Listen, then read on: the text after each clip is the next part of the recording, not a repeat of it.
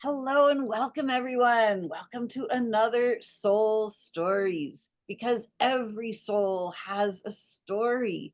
And the more we share our stories, the more we start to realize that our stories are far more similar than they are different. Every story is unique, but we are humanity and we have all been going through the same types of struggles for a very long time. And now it's time to come to the end of those struggles and create something brand new on this planet. And today we are here with this beautiful soul named Robin Joy Riggsbee. Robin is a beautiful bright light, someone I have just met relatively recently, and she does bring joy wherever she goes. And I am very excited to introduce you today to Robin Joy Riggsbee. Robin Joy, welcome. Thank you, Maura. Thank you so much for inviting me here. It's great. It's our, a privilege to be here with you. Mara. It's fun. Yeah. Robin Joy, where did your story start? Oh my goodness. My story started, I grew up in a house of 4 generations living together. So I lived with my parents, my mother's father and mother, and her grandfather, and then my great aunt. So we had a house full of people. And I will say for me that I feel like I was the most blessed human being coming into this life form, because it was the most loving household of people that you could ever possibly imagine. My parents were truly soulmates. I saw the power of two incredibly deeply soulful people. When they would walk into a people, you could see, it was evident. Anybody that whose lives encountered them will tell you that they transformed their lives. Their love was so, and my grandparents and my great grandfather, he was a Hasidic Jew. And I remember sitting on his lap, and for him, the lesson from him was about learning. The important that's our survival, is to learn, to just keep learning. But these were the love in this house. And I've spoken to my brother and to other family members who have been part of this and witnessed it, because I feel like that was the backbone of what gave me the strength I'm 71, through my 71 years in this three-dimensional world. And I was very vividly aware at a very young age of being this soul that inhabited this human form, and had paranormal experiences from day one, whether it was out of body when I was a kid. And, and that is the world that has intrigued me and fascinated me my whole life. So, but the love that, and then I had an experience when my father he had cancer, and both he and my mom died of the exact same cancer, which they felt in those days was an environmental toxin that took many years of growing, and it happened fast. And but I had this experience with my father. I had come into the hospital room, and he was standing at a sink, asleep. He was just fell asleep while standing, and I had come into the room, and he didn't hear me. So I witnessed him first standing there asleep, and I didn't say anything. But then his eyes opened, and when he was looking in a mirror, so he saw my reflection in the mirror. And at that moment, when he saw me, because we were so close, we knew that we were soulmates we were together in another life. We knew that. When he saw my face, excuse me, I gotta figure out how to turn that off. At any rate, when he saw my face, a grunt came out of his body, it was an animal sound, the likes of which I'd never heard from a human being. It was a very different sound, but it was a sound of love at the deepest level. It was beyond thought. It was beyond anything. It was just this, it came out of him to me. It was the greatest gift I have ever received in my entire life from any human being. To feel loved so deeply, it was beyond. It was the greatest gift that I could have been given. So for me, that's where I come from. And I am really grateful for that upbringing. Yeah. Wow. And I wish that people could feel that, it's one thing, yes, it's the end of the day, our journey is about self-love. But when you experience, when you see, when you witness love between two other human beings, and the power of that, and how that then affected other people and impacted their lives, when you see what they did out in the world, and then you see it generationally, because my grandparents were amazing. I mean, I came from amazing, very deeply spiritual, powerful people. And the love is the backbone of what I know. My brother and I, we were able to traverse this world. Doesn't mean all kinds of things didn't happen, believe me. And I created them from my own learning, obviously, to be where I am now. And to be committed to now saying, okay, this is who I am. That's it. I live from the inside out, and thank God for the toolbox of things that I've gathered through the years. And in fact, your book, I will tell you this, because we are in this 3D form. We are perfect as we are, but the 3D world pulls us out of that. I call it my center. And that's it. That's the process. So then how do I reconnect? Well, I will tell you, the morning I was reading I had gotten up. Somehow I was disconnected. But the moment I picked up your book, it was like just the perfect tool at that moment to bring me right back to where I needed to be, and then flow through my rest of the day into an interview where I needed to be, connected to me. So thank you for that. Oh, beautiful. I'm so glad. I think that what you're describing, this love, is actually the divine blueprint. Like, this is where we're quote unquote supposed to be. I think that this is what everything is created from, but that this world has really veered off from that love. And that love, from my perspective, that love, that's the compass that brings us back home to ourselves, to where the healing is, to where the joy is, to where life itself is. And it's like, when Absolutely. we veer off that path, we start to struggle, we start to suffer. I totally agree. I totally agree. So and then of course the self-love piece is, I feel that has made it easier, having come from so much love. That was something that I could witness. And then, because obviously these people were very much in self-love, all of them, and they came together. So you have two human beings who are in that place, and then they join forces, and it was powerful. It was powerful. So, I've chased that. I've wanted that my whole life, to find that mate in my life who is in self-love, and to join forces with that person. I have not found that. So that's okay. I believe I will.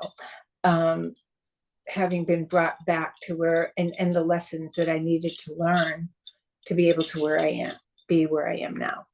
So I feel like my life is really just starting, to be honest. It's just from a whole new place. And I'm, yeah, very excited about, I'm just here doing, and really staying committed to that light and that love.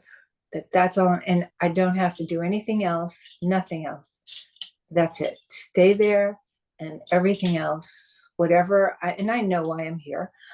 So I can just do and it's really not anything.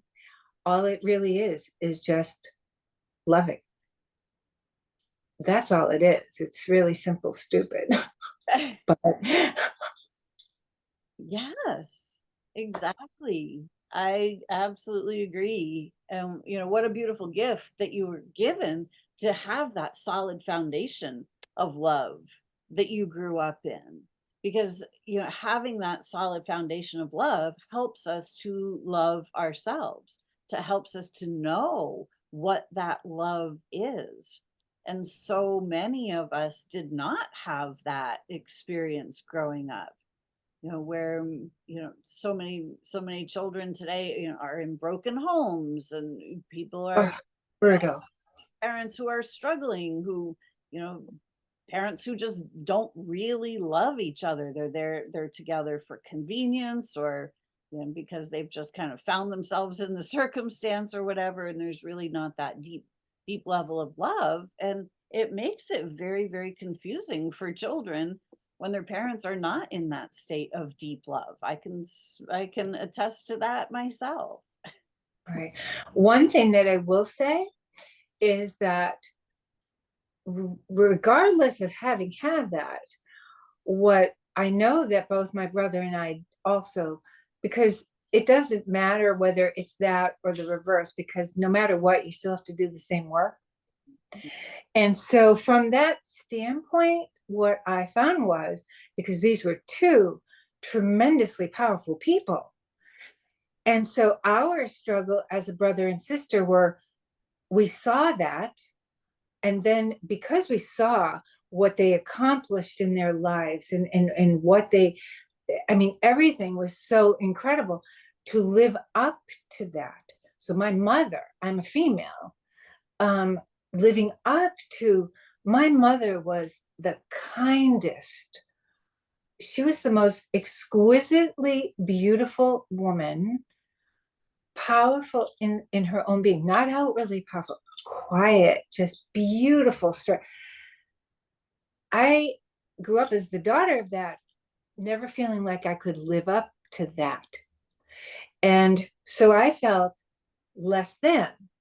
And when you feel less than, you obviously don't love yourself. So no matter how much somebody else loves you, it doesn't matter. So then my own journey was to deal with that. So was my brother's, as a son of a very powerful and accomplished, incredibly deeply spiritual man who was truly connected to his soul, and had no fear of, he just was the most powerful human being I have ever met. And to see that, I can't even imagine how difficult that was for my brother. Sorry about that. Oh my gosh. I thought I turned this off. I don't know why this is doing this. At any rate, for him to have to his struggle, I saw it, I witnessed his struggle to get to where, and it brought him into all kinds of difficulties, as it did me. And so both of us were on our journey back to feeling that we were enough, that we were good. And then for me, I don't know where he is right now in his life, but I know where I am.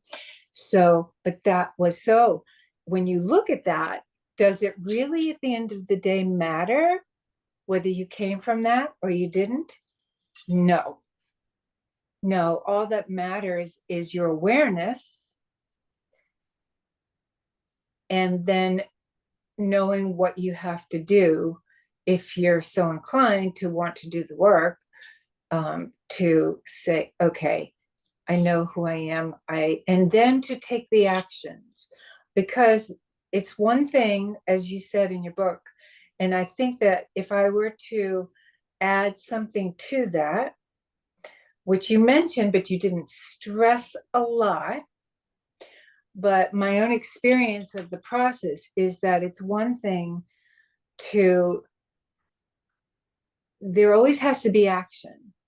There has to be some action taken when there is an awareness. When you are doing your work, there's this piece where at some point, so let's just talk about food for a second. There has to be an awareness. If you have this thought that, and if let's say someone is struggling with their body, and they're either sick because they're overweight, or whatever it is that manifests, and all of the things that you talked about in your book, but at some point there must be, I call it right action, but any action, any physical action. You don't even have to know if you're doing the right thing. It's an action that must take place that is crucial. And that is the component that then will help with the self-love piece. Because if you, like you said, if I just go like this and, oh, I love you, no, that's not self-love.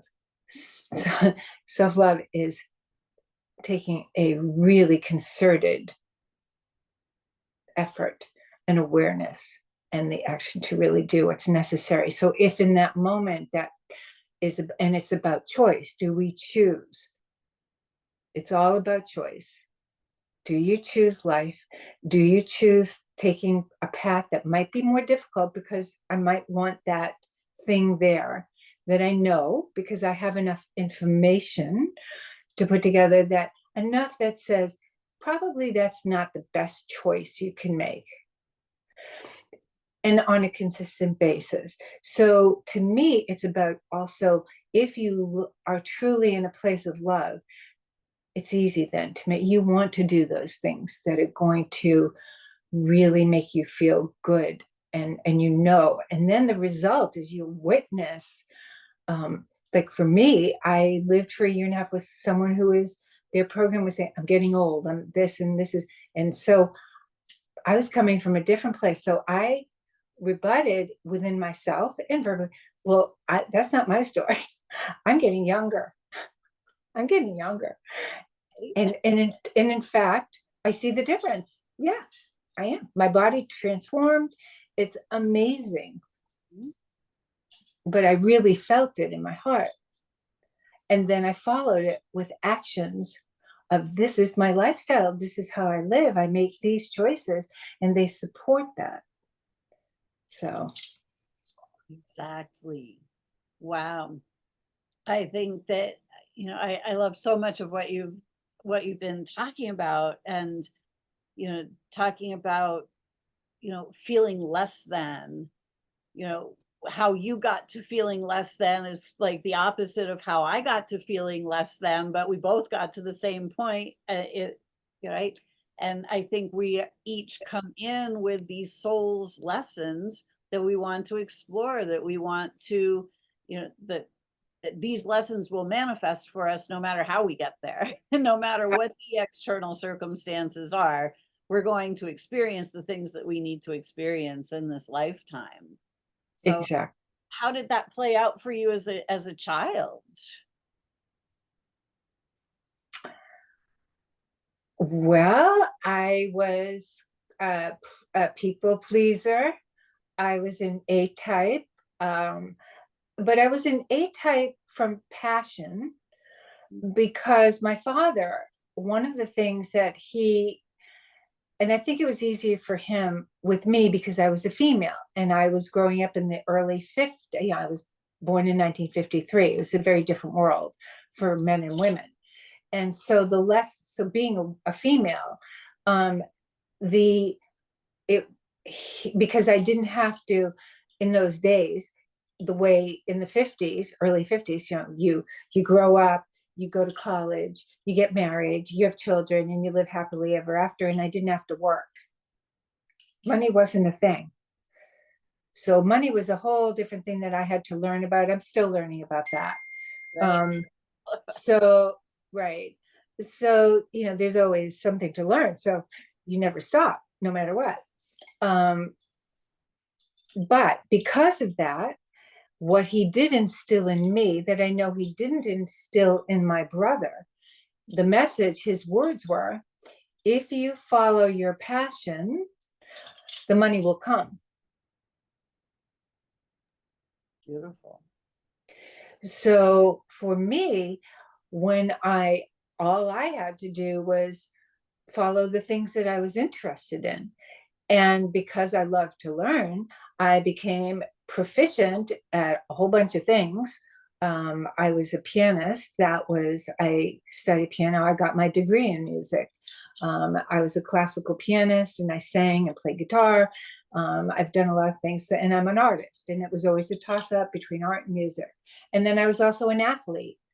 So I was into sports and into dance. I was a ballet dancer and Oh, uh, yeah, so I was, and again, I came from a house where, we were not poor. So I was exposed to my father sang opera and lieder. And he was at one time working his way up to the top of uh, in that field. They were prepping him to tour Europe. So wow. he was extremely, and my mother sang musical comedy, and they were incredible performers, phenomenal. Before my dad died, because I had wished he had lived longer because I wanted to know about all his paranormal experiences. But the last one that he shared with me, what would happen to him when he would do a concert. And he sang with the Boston Philharmonic. He gave a solo concert at Jordan Hall, which is the best hall in Boston, other than Symphony Hall. It's for solo performances more. At any rate, and that was before they were prepping him to go to Europe. And what he told me was that when he would be on stage, he would literally fold into himself, and in his head, he would be thanking the composer for this exquisite music that he had the privilege to share. And then he would get out of the way. And because of course, in order to get to that point, you have to practice and put your time in order to be so accomplished technically. But he would get, and his soul, he went into his heart. He had the technical ability to then let it flow through him. But he would be gone. He said to me, I traveled the universe. I would be gone out of my body. He said, my body was on stage performing, but I would be gone. So that was my dad. And of course, I totally related because everything that I do is basically when I do my art or whatever it is, it doesn't matter. It doesn't matter what it is. It's like, okay, what do you want me to do? You can use my body. I'll do anything you want. Thank you for all the love in my life. And I get out of the way. And then whatever it is that I'm creating flows through. And, I know that my body did it, but it's just opening up the I call it a tube, open up the tube so that flows through. And I had a very extraordinary experience working with a client of mine. I was in the hair business for 18 years and she was dying. I was taking care of her. And at this particular time, she had cancer and I took her to her radiation treatments. And this is before I knew anything about energy work at all. I knew nothing. And what happened was she had a macrobiotic chef who was making food for her, but she could barely eat. The radiation, she lost her eyesight. She was going down very fast. And so this particular day, what would happen, he would make me tea, a special tea, because the radiation crusted her eyes totally shut. So he made this tea, and I would then take and moisten her eyes with the tea and remove the crusting so that that was going. And then I would just, now I never studied massage. And, but what I did was this particular day, was massaging her feet. And all of a sudden, I intuitively knew right at that moment she was leaving her body, she was dying. And so, and this is not thought, I intuitively knew. And so I just kept loving her and massaging her. And I was just pouring all my love, my heart and soul. I loved this woman beyond. And all of a sudden, a bolt of white light shot through my body into her body and brought her back. And of course, I freaked out because I didn't know what happened. I was like, whoa, what just happened here? And that led me on a path for the rest of my life to understand what happened. And she knew what happened. She woke up and she said, I want to die in Mexico, because she lived in Mexico. She came up to Boston 4 times a year. And I would see her 4 times a year because I did her hair. And so she woke up and she told me that. And then I went into the so I'm now totally flustered because I don't know what happened. And I went to the macrobiotic chef and I said, I told him what had happened. And so of course he was way beyond me where I was at that time with energy and whatever. And he said, he just calmed me down. He said, it's okay. But it led me on a path to understand what happened here. And it led me on the rest of my life path. So. Wow. And so I called her sister, and thank God, they had enough money the next day, she was air vac'd, but in a medical plane back to Mexico, and she died in Mexico. Wow. What a beautiful gift for both of you. Oh my gosh. It was, yeah. But that's the power of love. That's the power of love. And Absolutely. Yeah, it's the power of love. Yes.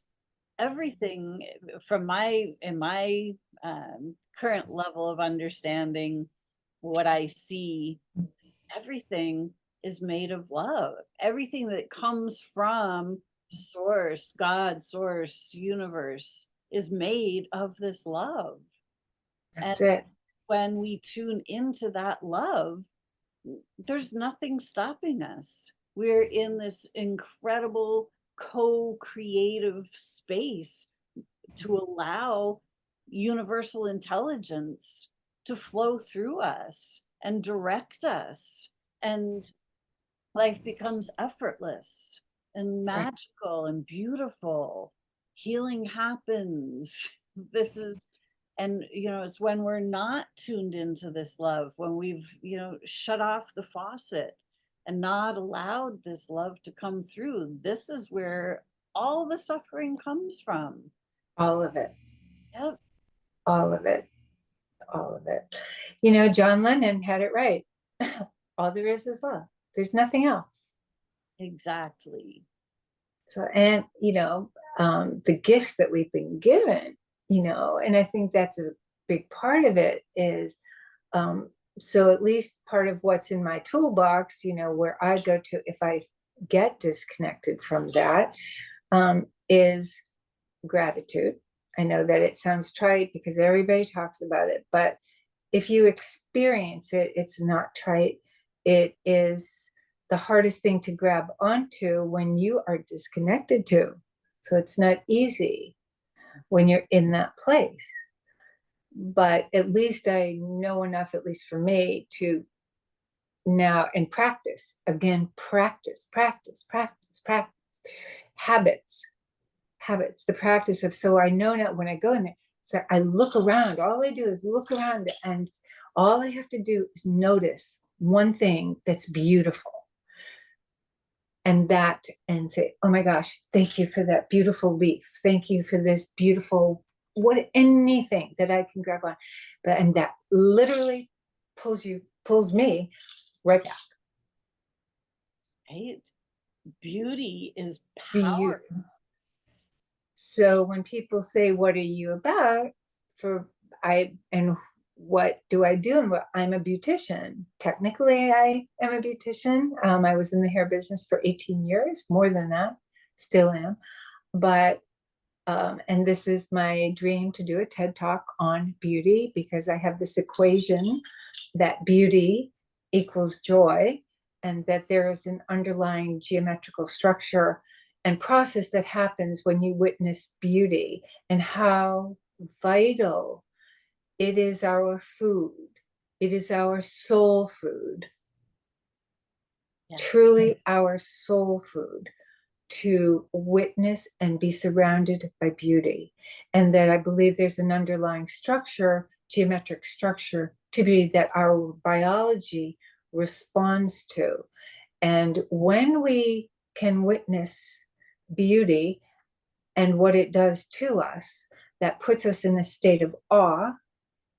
When we are in a state of awe, that is our giving back to the energy field, to God, to whatever you want to call it, our thanks for this, with being able to be in this process.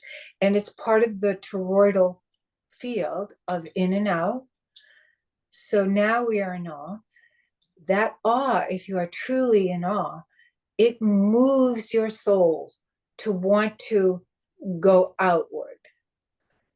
So I call that outward movement creation, that we must create from that place of awe.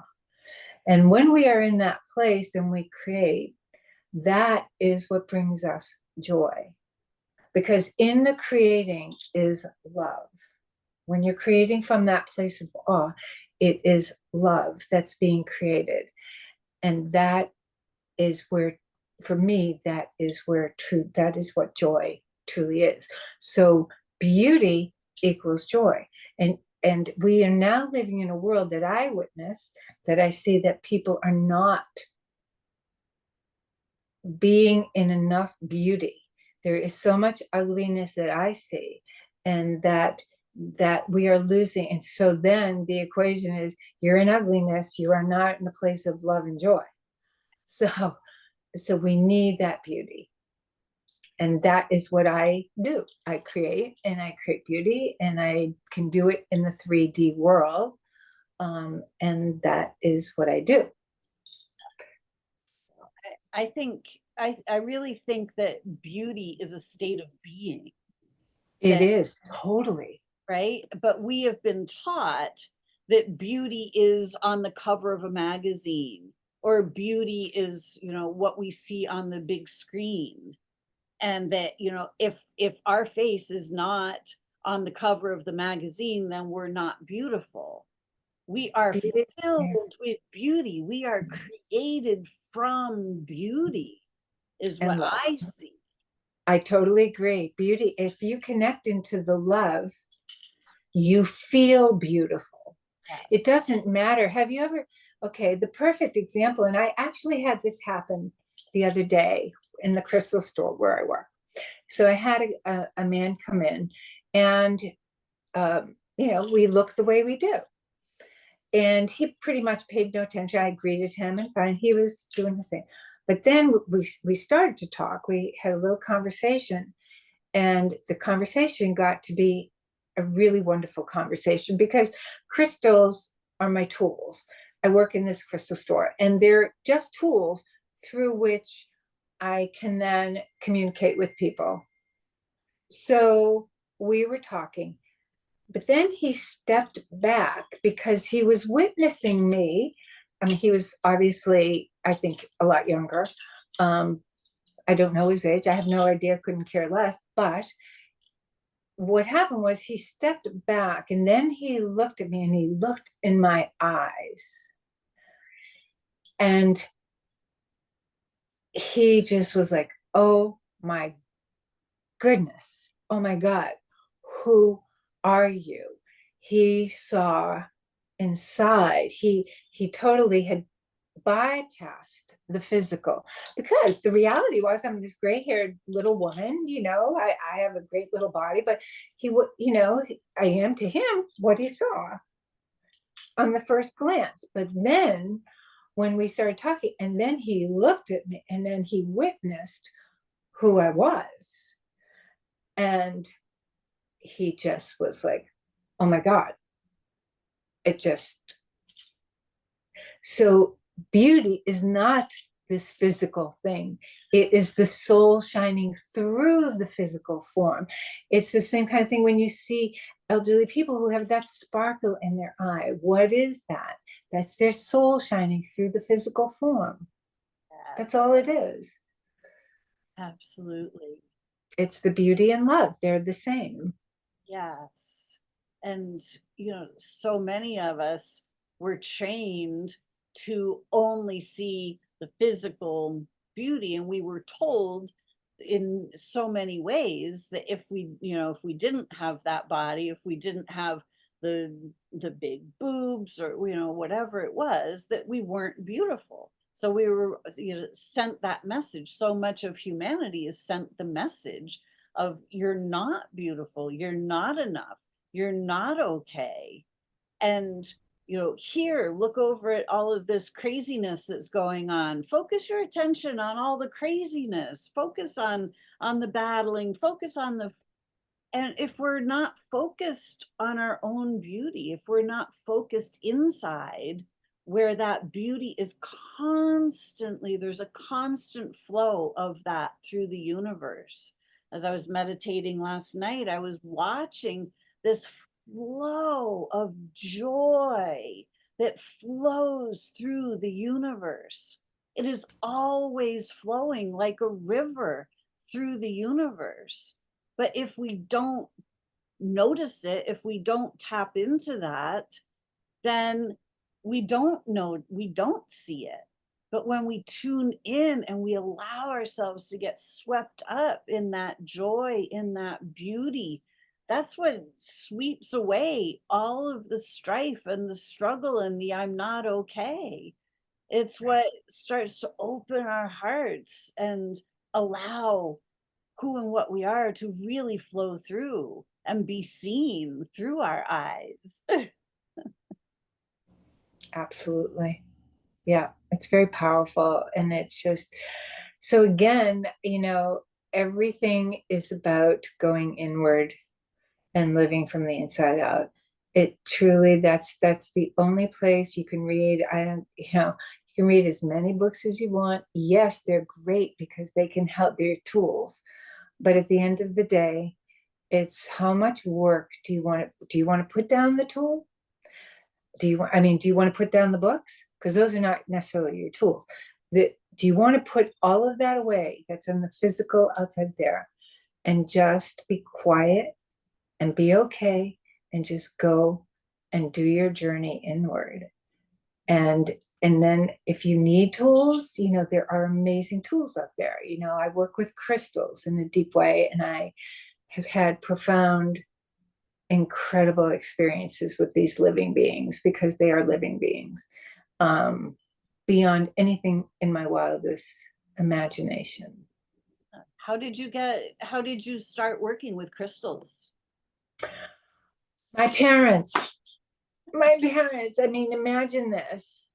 I'm in elementary school, and my parents they slept very little. They were up till 2 in the morning, 3 in the morning. They were really artists at heart. And so they collected art. So they'd be hanging pictures in the middle of the night, whatever. They came in my room one night at about 2 in the morning, and they woke me up with two shopping bags filled. One was filled with cow bones, old cow bones, fossilized cow bones, which I was not interested very much in. But the other shopping bag they were large specimen crystals. There was pyrite, amethyst, quartz. I mean, it was amazing shopping bag filled with. The beauty took my breath away. I'm only maybe, I don't think I was more than 10 years old, if that. Wow. Maybe 8, whatever. And that set me on a path because I wanted to be a geologist. And they sent me to an Audubon summer camp for geology that summer. So imagine this is me in my bedroom. I started collecting my rocks And I would sit in my bedroom with hydrochloric acid, testing my rocks as a kid. My gosh. Yeah. So they have woven themselves in and out of my life. I did not become a geologist, but they became a very powerful piece of my life. And I had an experience when I was in my 20s. I was in New York and I was in a workshop. And I was learning how to work with a quartz crystal to scan the aura, Mm. to just learn how to scan the aura. So now, and I was working the workshop. But this particular session, I was a participant, and there were 500 people in this workshop, and we were buddied up with people. We had a partner that we're working with, and I was working. Well, that particular day, I wasn't into it at all. I couldn't have cared less. So now I have this woman in front of me that I'm working with. And if I'm looking at you and I got the crystal in my right hand and I start on her left side, and my head was turned this way. I wasn't paying attention. I couldn't have cared less. So I was my body, like you said, you can love yourself or you can love yourself. I couldn't have cared less. My body went through the motion. And I'm looking totally away from her, not paying attention. Well, when I got to the right side of her body, the crystal yanked my hand into her body, into this hole that I didn't know what it was at the moment, but it literally, the crystal yanked my hand. This was not me moving and I screamed. I'm in a room with 500 people and I scream and I'm like, oh, what's going on? And it woke me up. And it's like, okay, I think I better pay attention. There's more here than I'm aware of. And that led me on my path, with crystals, because then I understood that there's more than meets the eye. And of course, then I did get the information later that, there was a hole in her auric field. And it literally, the crystal yanked my hand right into that hole where there was something going on physically with her. So that's what happened. But that set me on a path to say, what happened? This more than meets the eye. Mm-hmm. And so then I started to work more with crystals, and then I left it, did other things, and then they kept coming back, and I kept having more. I don't know how to really the word to use, but I will just say the paranormal world, things that kept happening with crystals too, and still do. It's every day I experience just amazing things with them, and I use them for my own healing. And and then of course I studied the work of Marcel Vogel, who Marcel Vogel worked for IBM. He was the one that grew and faceted crystals for IBM computers, because quartz rules the planet. Quartz runs the planet. And he talked about them. And Tesla talked about them as living beings, and the way, and so what I teach people in my crystal store, how to, I call it my crystal 101. But you can read every book in the planet. Everybody has something else to say until you start to really live and work with them, and just be open. You have to do anything. You just be open and be sensitive. They communicate with me. I would always say to people, if there was a scale of 1 to 10, 1 being the most subtle, 10 being the most powerful, you take those two extremes and put them together. And that's how crystals communicate with me. So that it's so subtle, their way that they communicate. It could go right over your head, but it doesn't. It knocks you on the head. And so then you are left like, what, and it's the same thing as when you talked in your book about working with angels, the same kind of thing. It's just being soft, being quiet and softly aware to listen to a different kind of communication and being aware. So yeah, they're my dearest friends. I love that. And I actually just recently had an experience with trying to sleep, and I was working with trying to fall asleep with an amethyst and a fluorite together here. And actually, what happened was I went into state, and I was working. I was just pulling the energy up from the root chakra all the way through up into the crown. But then what happened was, because they say that crystals are an antenna, they store and transmit information and they amplify. But it also, because of our pineal gland, which is an antenna, what happened, and this is what I saw, and this just happened the other night. I'd never had this happen before, but that column of light, that column inside.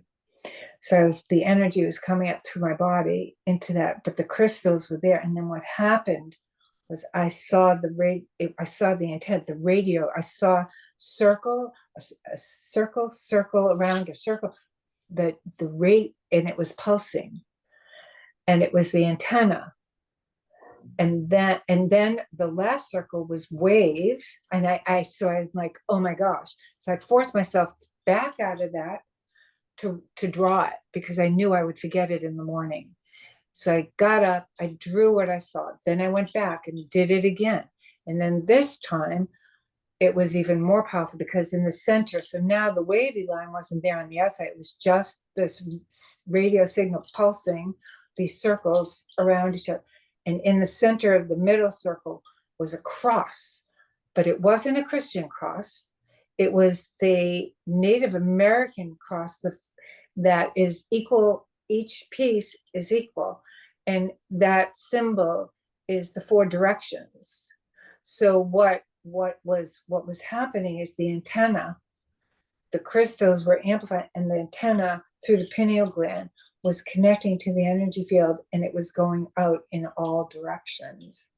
And that was the image I saw, and it was like, whoa, okay, great. I love it. Thank you. And then I went to sleep. Wow, that's amazing. Yeah. So crystals are just a beautiful source of information for us to learn from. Absolutely. And they're beautiful, so it's easy. Exactly. I love it. They are amplifiers of beauty for sure. They hold that frequency. Oh, and so much information. Yeah, it's amazing.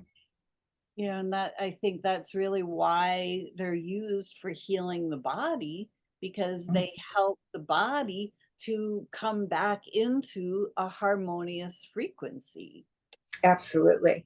So yes, and my understanding, because I work with them with sound, I work with them, just on myself. I don't work with other people. I work with just my own body.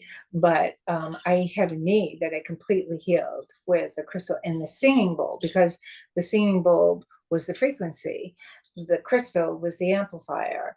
And what it also does is it opens up the pathways, it creates more nitric oxide, which opens up the pathway for the frequency to enter into the body to heal. Plus your intention, because I work with crystals in intention. And in fact, I had tracked down when I studied Marcel Vogel's work, and I watched, so he had a download to facet quartz, not only for the computers, but for healing. And and the facets were according to some of the angles on the Great Pyramid, whatever. And he was teaching practitioners, medical practitioners, how to work with these. They're called Vogel wands, and they become like lasers. Well, there are a lot of fake ones out there, but it doesn't matter. It's still quartz. But I tracked down. There were probably only 3 men that faceted for him, and I tracked down several years ago a man in California who was one of his people that faceted for him. And he took my call, and I was on the phone with him for about an hour and a half, and he faceted a Vogel wand for me. It took almost a year for me to get it, but I gifted myself that for my birthday. And it is, I don't use it a lot because it's very powerful. It's, one of my lessons in learning how to manifest in this world is that don't take it lightly. Don't take that lightly, what you want, because if you understand how it works, and when you don't understand how it works, you'll manifest things that you don't want. And so I have to be very mindful of when I use this instrument, because it becomes like a laser Yes. out into the energy field. So, yeah.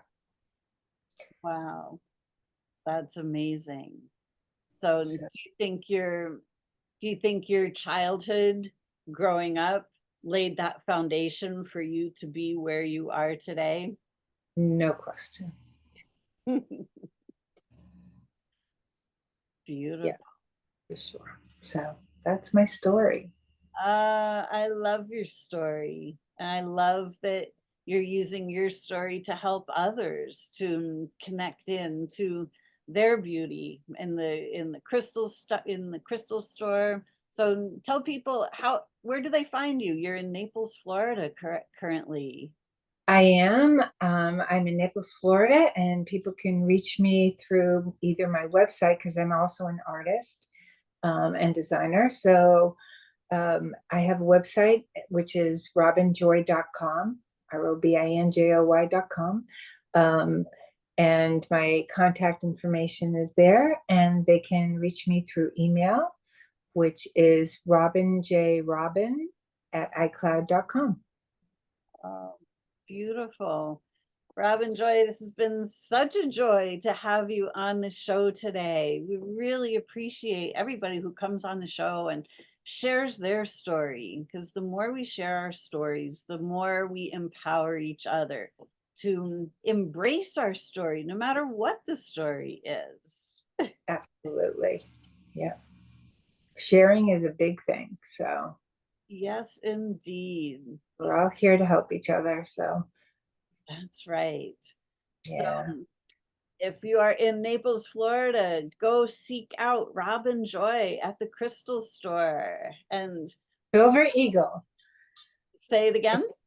It's called Silver Eagle. Silver Eagle in Naples, Florida. Check it out. Go find Robin Joy and find some beauty to add to your life with some beautiful crystals and some beautiful energy from Robin Joy. So, everyone, thank you so much for joining us today for another episode of Soul Stories, because every soul has a story and you get to tell your story any way you want. You're a grand being of light, a creator. Create for yourselves a great story because you can. Until next time, create wisely. Love you all. Thank Thank you, you Maura, so for much, having me. Robin Joy. Thank you, Bye, Lisa. everyone. Thank you.